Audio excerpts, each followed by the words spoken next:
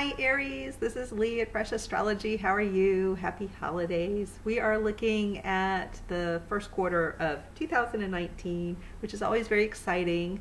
You know, from an astrological perspective, there's really nothing unique about the first day of the year as we think of the first day of the year. And there's nothing unique about setting the calendar that way so that January 1st is the first day and December 31st is the last day. But what gives it importance is the way we grow up thinking that that is the first day of the year. And so it becomes important because we attach so much importance to that time. And the holiday season, no matter what religion or culture you're in, that holiday season in many cultures worldwide has become important in December. So, just so you know. But still and yet, even though I know that, it's still fun to do like a look at the fresh new year and think about it that way as a fresh new year. It's like having a new start or a fresh start. So in Aries, you would love that. You're all about starting things and new starts. You're very energized to just get the show on the road, get going with things.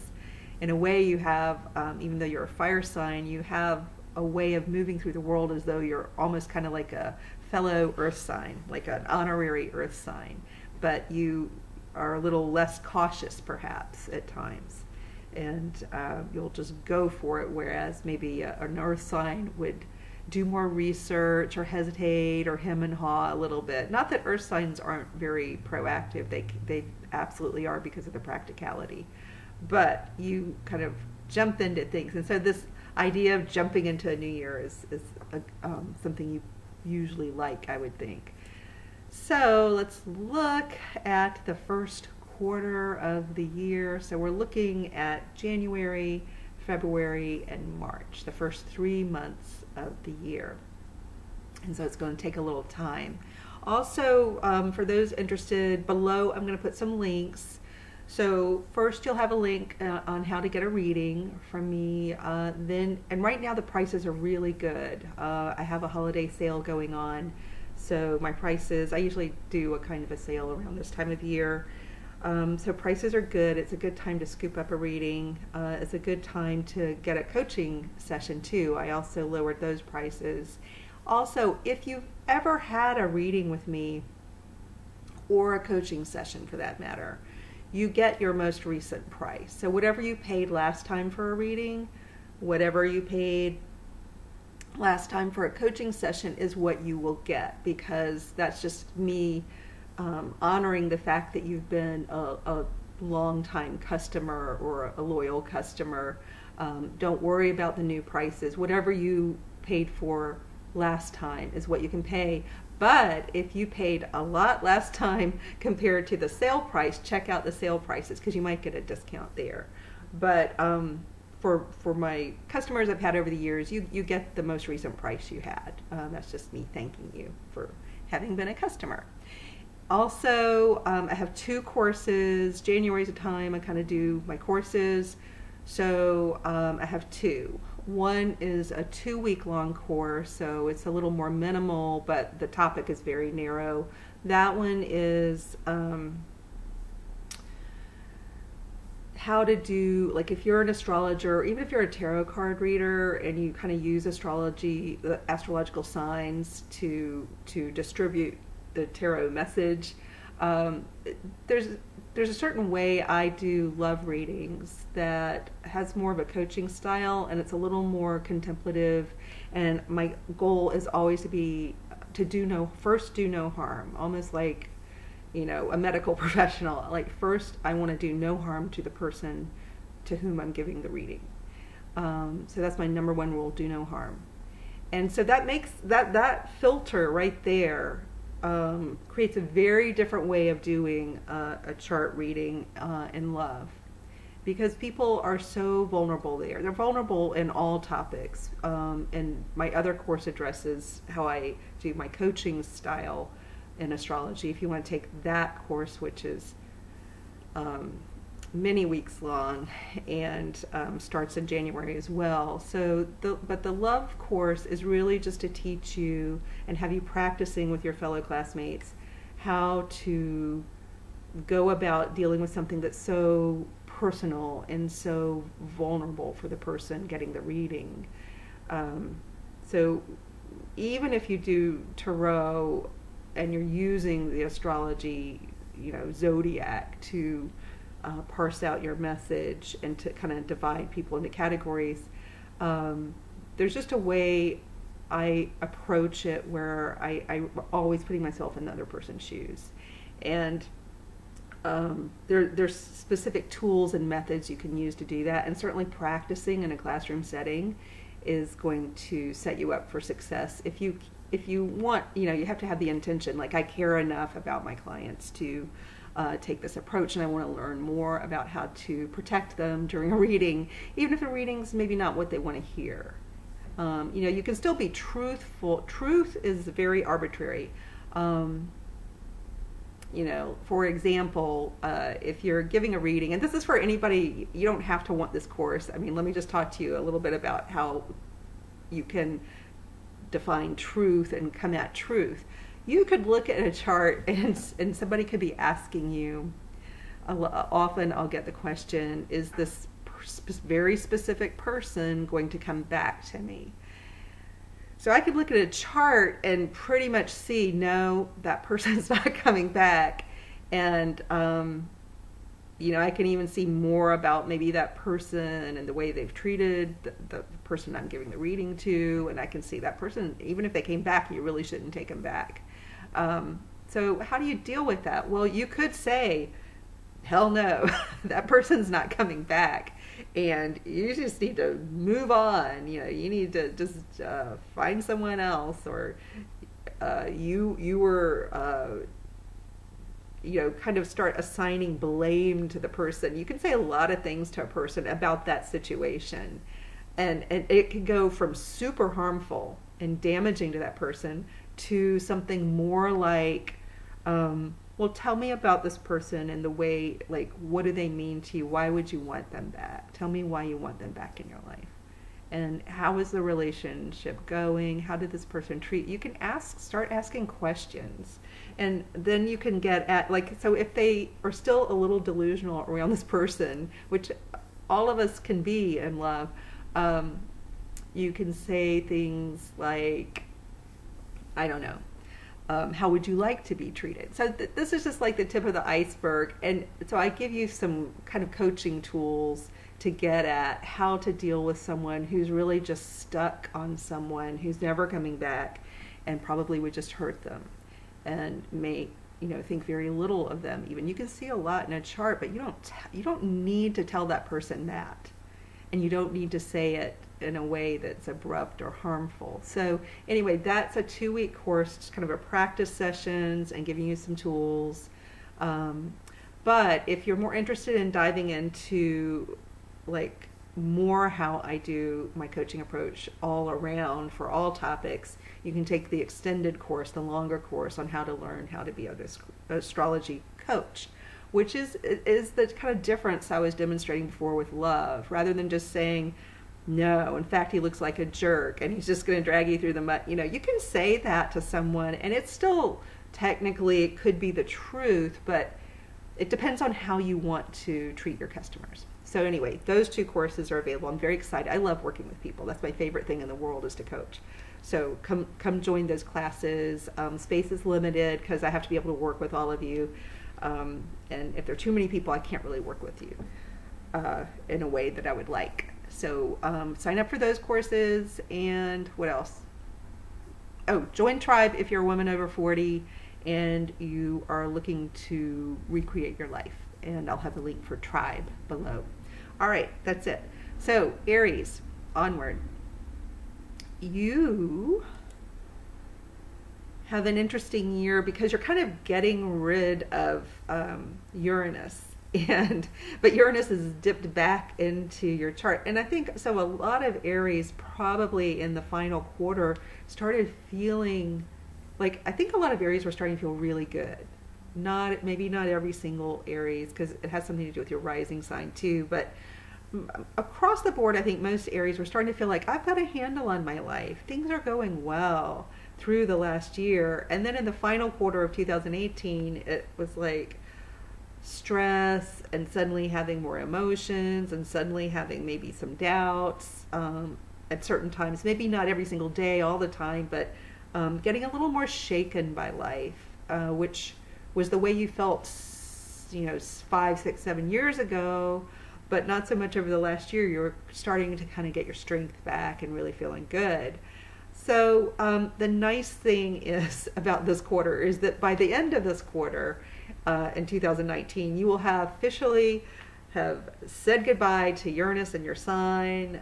Don't let the door hit you on the way out. And Uranus going into your the area of your chart that has to do with, the sun's just, sorry about that. I may have funny dots on my face. Let's see. I don't usually look at myself.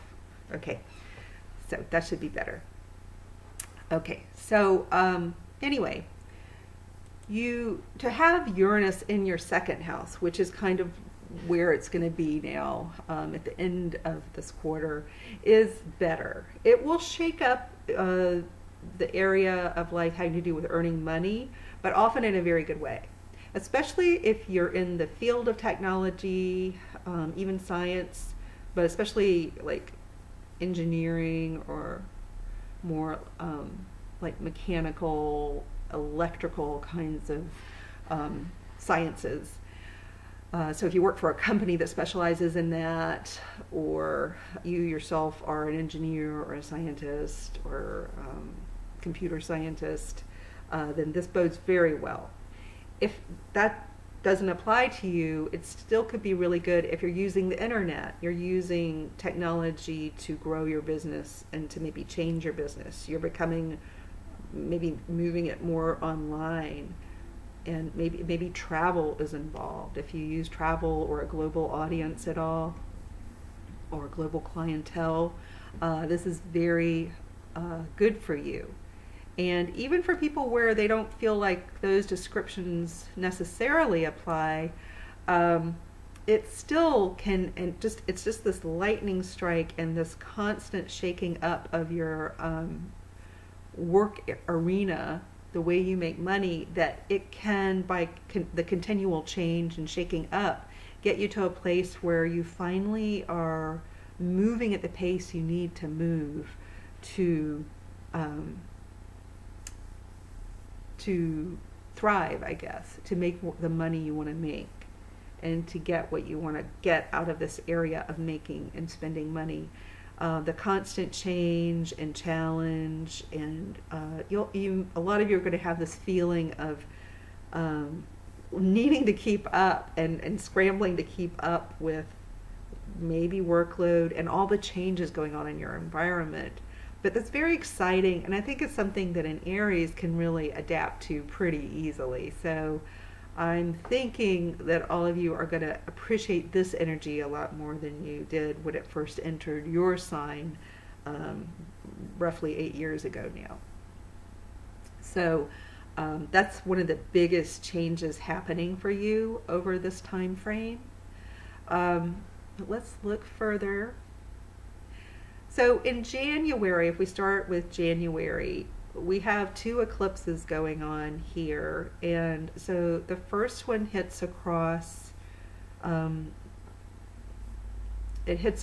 spectrum of Capricorn and Cancer, and this is already, if you listen to my North Node forecast, this is already where so much is happening, and this is where the first partial eclipse is going on. It's like a new moon, it's like a fresh start.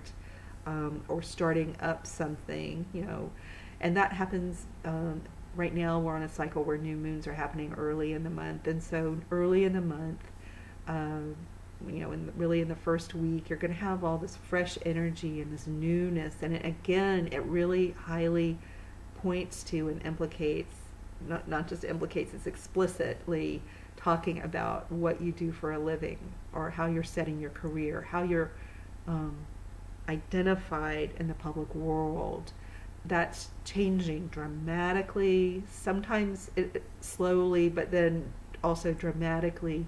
You're changing how people see you from afar. So that often that's your what you do for a living, how you go out into the world is changing. The identity, the way people have known you before is completely altered. And this year is a big tipping point in that, and next year too. But this year really things happen dramatically in these arenas, also at home. So some of you might be thinking of moving, purchasing property. So things may progress more quickly around the home front. If you've been thinking of moving or changing something about your living situation and family, things may alter more quickly and dramatically than you would have thought. It may be connected to your career, so you may have to move or something. Not all of you, but that's just one little possibility. Especially with Uranus implicated. Some of you are either getting into a travel business, you'll have to travel more for work, or you may have to move because of a variety of things. It has to do with Jupiter, it has to do with the North Node in the area of Cancer, it has to do with Uranus. There's a lot of here that says you might be moving because of work, or maybe just in tandem with work. But huge things going on in career. I can't emphasize that enough. And your public, the way people see you. So identity kinds of changes also include marriage status. Are you getting a divorce? Are you getting married? Those are two very public kind of things that people tend to zero in on how to identify who you are. Like, are you a single woman, single man, married woman, married man? Are you dating? So big changes could be happening here over the year. So it may be more obvious in January. You may kind of know about a lot of this, but it also flows into this whole year. Later in the month of January, we have a total eclipse, and this is happening across the axis of, so it leaves, the sun's moving on, and the sun will have just gotten into Aquarius when we have another big eclipse, and this cuts across the axis of Aquarius in Leo. So this is where the north and south nodes were, so you may have some little, like, I think of it like musical strings where they're like bing, and there are ripple effects from what's been going over the last 2 years. You may be laying to rest. It's like there's this threshold. I use this analogy of the threshold all the time, but it's like you really are in this month leaving whatever phase of life you've been in over the past 18 months to 2 years. Maybe you've been preparing to have a new career. Maybe you've been in school, maybe you've just been in training and you're ready to go to the next level, or maybe you're going to leave an old career, do a new career. This is where things can really start to take off and you really see the possibilities happening. And this axis has more to do with, there could be also kind of underneath, more on a family level, things to do with family and kids. Some big changes there. So you're really putting to rest an old paradigm with a child, and then starting a new paradigm. You often see this when kids are becoming adults, or there are lots of phases before they become adults. They can also seem to be leaving childhood behind when they become tweens or teens. There's even that phase of before 5 and after 5, because before 5 they're not as much related around school. Even if they go to a preschool, their kids just seem more babyish and young, and like they're more at home, or in this very distinct phase when they're under the age of 5. And then between 5 and 11 we have kind of their early school years, and then so on. So there are phases with children. So it just depends on how old you are. And if you don't have children, this could also have to do with romance, online romance, meeting somebody through friends. And let me think about this. You might end a romance, but there's a lot of possibility to begin a romance because of all the other stars here. Especially if it's a second long-term relationship. If it's a second marriage or second long-term relationship, then there's a lot of opportunity for the new. So if you've never been married or in a long-term relationship, I would say you've been in kind of a learning phase over the last 2 years, and you've got to look at what you were learning about yourself and relationships over the last 2 years and really take in the lessons. Because that knowledge, I mean, school is life and life is school, and we have to understand that we're students at all times, and we have to try to be learning from things. And usually these lessons aren't about other people, they're about us. Which is that's the rub, is that usually if we come away and we're like, well, people are just jerks. What I learned over the last 2 years is, like, if you're into women, it would be like women are, bleh. Or if you're into men, well, what I've learned about love in the past 2 years is men are, crap. And that's not a lesson. That's just kind of a woundedness and a defensiveness. And you've been clearly, if you feel something like that, you've been unsettled. That's not a lesson. That's an emotional state. And a lesson would be more like stepping back when you feel calm, if you can calm yourself. And I have specific ways of working with people, especially in coaching, to do this calming step back kind of exercise, so that you can begin to see the lessons and tease out the lessons from a place of emotional calm. But some of you have been doing a lot of work, going to therapy, whatever, you have a coach, or you just know some of these tools, but you can do it on your own. But the lessons that you've been learning about being a parent, if you're a parent, or love, if you're trying to work on your love life somehow, even if you're an artist or you're creative, lessons about creativity, lessons about what it is to have fun, what equates to fun. Maybe the definition of fun has changed for you.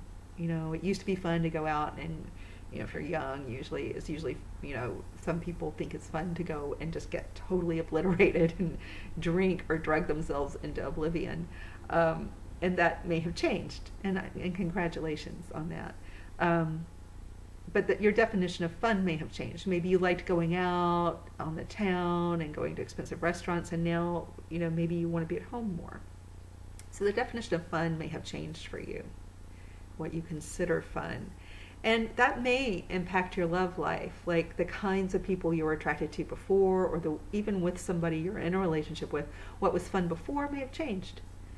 And it's also a time where you're putting to rest some friendships, and whenever you subtract from an area, it's like weeding out your garden or weeding out your closet even. You're creating room for more stuff. Like when you weed your garden, you're creating room for things to grow that you want to grow. And you could use a closet if you're not a gardener. Often if you want to get new things and have a new look and kind of transform maybe your fashion, you go in and you weed out all the stuff that's old or no longer fits or doesn't look attractive on you, and you start over. And so that's happening in this area of friends, your future directions changing dramatically, and even some themes around romance and children. There's just a lot of new.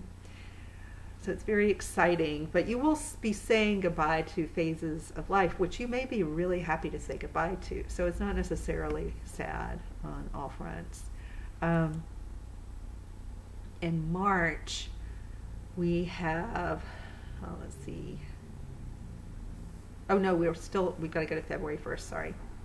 Oh, poor February. I was just skipping right over February. Sorry, Feb. Didn't mean to. You're still valuable. Okay, so February.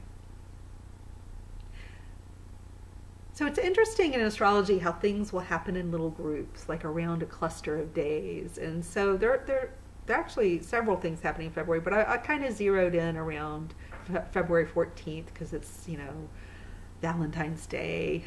Again, arbitrary, but people assign importance to it, so I'm kind of focused on it right now here.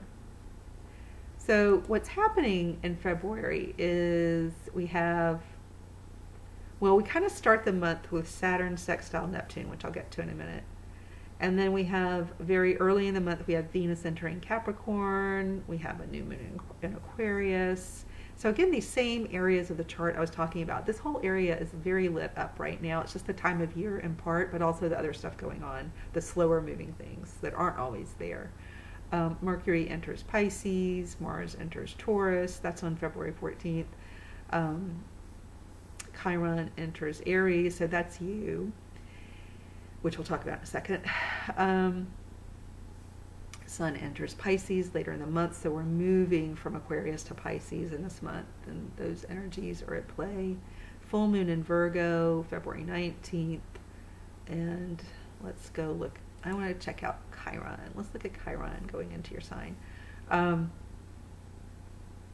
So Chiron's the wounded healer, and it's been in your 12th house, which means that you've been in a process of deeply healing, deep healing, and deep. You may have been working proactively to do some deep healing, or maybe it's just been going on. Excuse me. But also with Neptune back there, and then we have this Saturn relationship to Neptune this month. Once again, your career, we can't take the focus off the career, because Neptune, you've got this healing energy, and Chiron's been there. So I think there are several things on a very personal level, deep down, you've been healing. And somehow this will be apparent to people around you more publicly. People will see that you've been healing, and you'll be able to, because everything's from the inside out. So you had to heal on a deep internal level before it could start to work its way out and be more manifested out in the world. And you may even, a lot of Aries people may have even discovered along the way of healing that you've wanted as an Aries to become more of a healer. And you can be a healer in many different kinds of professions. Just the way I was talking about astrology, the way it can be done is just a very almost, this very methodical, technical way of looking at a chart. Oh, I see these dots. Sorry. I've got this blind right here. For example, just to use astrology as an example, you can be an astrologer and just kind of have a very technical way of looking at a chart and so-called truth-telling. It's just, like, this is what I see, and I'm just going to tell you exactly the way I see it, and I'm not thinking about you as a person who has feelings and who may need healing or may feel vulnerable. But then there's a way to do astrology where you're more of a healer, right? And that's true for any profession. You could be a bank teller or pretty much anything, and you could approach your job like, I'm just here to count the money and to give it to you, and I'm here to take your deposit. That's all I'm here to do.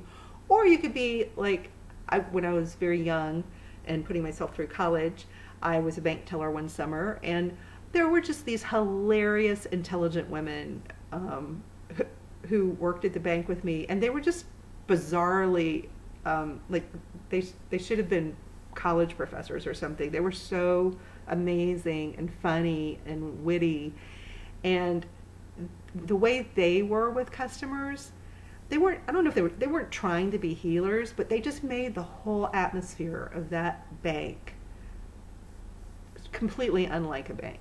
And so there's a way you can approach pretty much anything and have a more healing, like lifting people up kind of quality.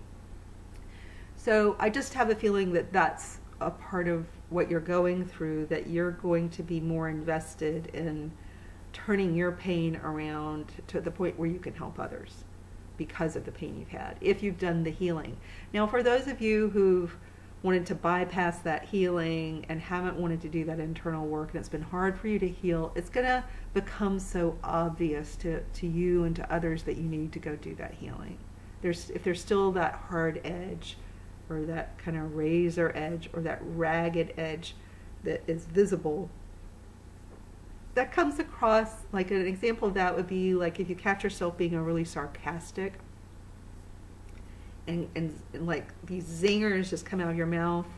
Maybe not directly to the person you're talking about or to the group of people you're talking about, but you hear yourself talking about sentient beings in a really crass way, really judgmental, sarcastic, and you just have this tone that's undeniably there. What's happening and surfacing is your woundedness, and that you do need to heal. Maybe you couldn't see it, with Neptune there. Maybe there's a chance for some of you couldn't see that you needed to heal some stuff, and that it was a process you actually had to go through. And again, like I was saying earlier, like healing and learning is not about what they've done or what they need to do. It's really, it's going inside and really doing the work inside, one-on-one with yourself and not looking outward to others. And so either you've done the healing and you're ready to kind of turn it around and help others, or it's just going to become so obvious there's still some stuff to heal, which is good, because I was actually doing a video with Tribe in our private Facebook group, and we were talking about this exact thing.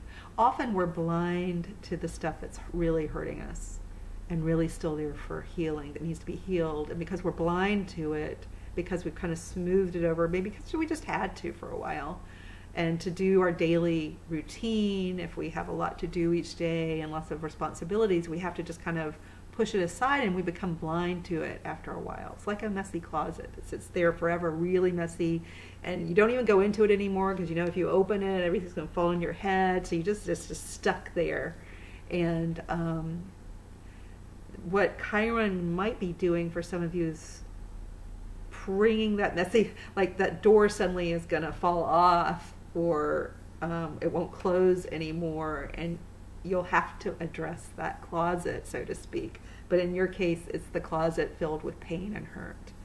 And you just have to see that there's still some healing to be done, where maybe you couldn't see it before because the closet door kept it neatly, in place. And now the closet door won't do that anymore, metaphorically. And maybe you really do have some closets like that. I mean, we all kind of have the junk drawer or the junk closet, but and you can work on that too. Often in coaching, if you can work on your junk drawer or the messy closet, weird things start to happen in your personal life where suddenly you can work on yourself in a new way. So that's a little coaching trick. All right, let's move on to, and everything, again, February, we're still focused very much on career. So none of that really changes. But I think the main event is that Chiron coming in. Let's look at March now. So March, we have Venus enters Aquarius, Mercury Retrograde, fun, March 5th, and that goes until March 28th. So pretty much the whole month of March is Mercury Retrograde.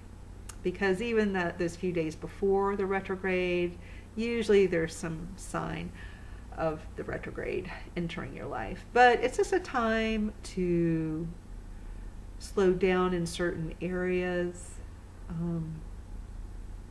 We'll look at your chart and see where you might need to backtrack and review.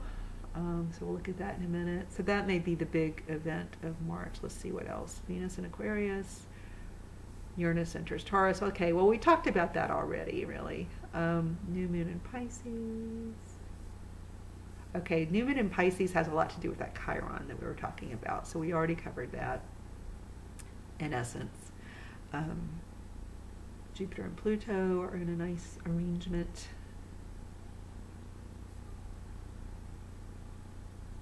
Sun enters Aries, so it's a birthday month for you. Happy birthday to March, Aries. Full moon in Libra. So there's all that relationship stuff we were talking about.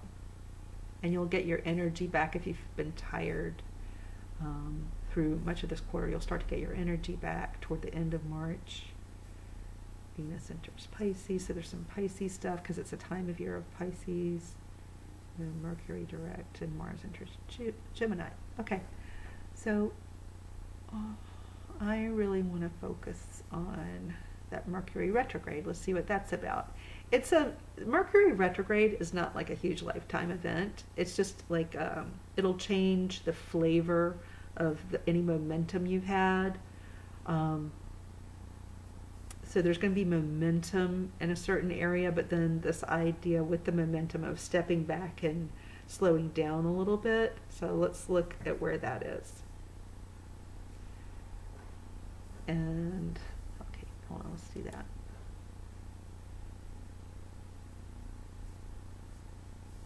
Again, full focus on work.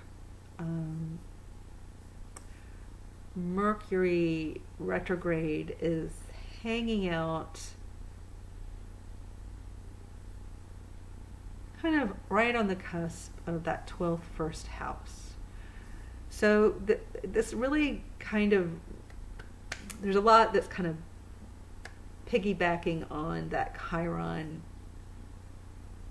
theme that we just spoke about at length. And a lot of stuff that's happening in March is dogpiling on all the stuff we were talking about with work. So really the themes stay very much the same. You're going to be pouring tons of energy into work, which may show that being kind of tired and needing to replenish toward the end of March. Where you're needing to slow down and take a step back is, it's really very much in your mind. So all that's happening for you now, there's so much going on in your world. Changes with family, future directions, maybe in love, tons of career change, lots of energy going there. When we have so much going on, I can kind of see psychologically, like, and emotionally where you are here. There's so much going on. And remember, we were saying, you know, there may be some stuff erupting or emerging where your rougher edges are showing. And these are when we show our rougher edges, there's several things going on. Sometimes we just need to eat. We're just hungry. You know, people you're around, you may be one, I may be one, when we just haven't had food in like over 12 hours, we may start to feel like easily frustrated, and you know, our patience is just gone if we're overly hungry or if we haven't slept enough. We show rougher edges. So food, sleep, sometimes water, getting enough water. You can really, even more so than food, if you're not getting enough water, I know from experience, if you don't have enough water, it's far more fatal, and it impacts your brain needs fluid to operate. Your whole body needs fluid to operate. So it could be hydration. So it could be simple things like that you could take care of. But what's suggested here is that there's some psychological stuff that when you're stressed and you're working, you're full out, and you know all your resources are being used to the point that maybe they're depleting. This is when your wounds, your inner wounds, kind of come up and are maybe more visible. So you may suddenly find that you have pain around stuff from the past, painful beliefs that you're noticing you have. They may be far more visible right now.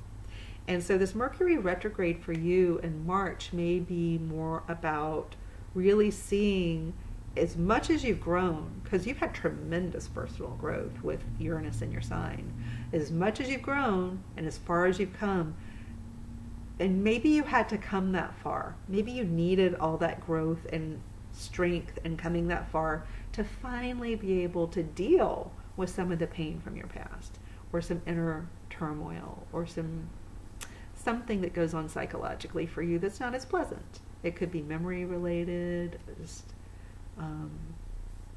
or a condition that you've never quite dealt with because you're so high level functioning. A lot of people have some little thing they've never dealt with because they're so high functioning that everybody thinks great. You know, they could be CEOs, they could be, you know, heads of hospitals, they could be, you know, top of their game from, you know, on paper, making tons of money, tons of friends, you know, seemingly successful relationships. And then sometimes it's not until much later in life you realize this person has an underlying issue that's just never been addressed, and at some point it catches up. So I don't think that's all of you, but I do think that Aries in the month of March and in the first quarter is coping with just a lot of life coming in at them at a fast pace and having to perform at a high level. And this is when our resources start to get depleted. And so my message to you would be, don't get mad at yourself if these rougher edges start to show. Don't get mad at others. Recognize that you're human and you're not superhuman. Aries can often seem superhuman. They really can.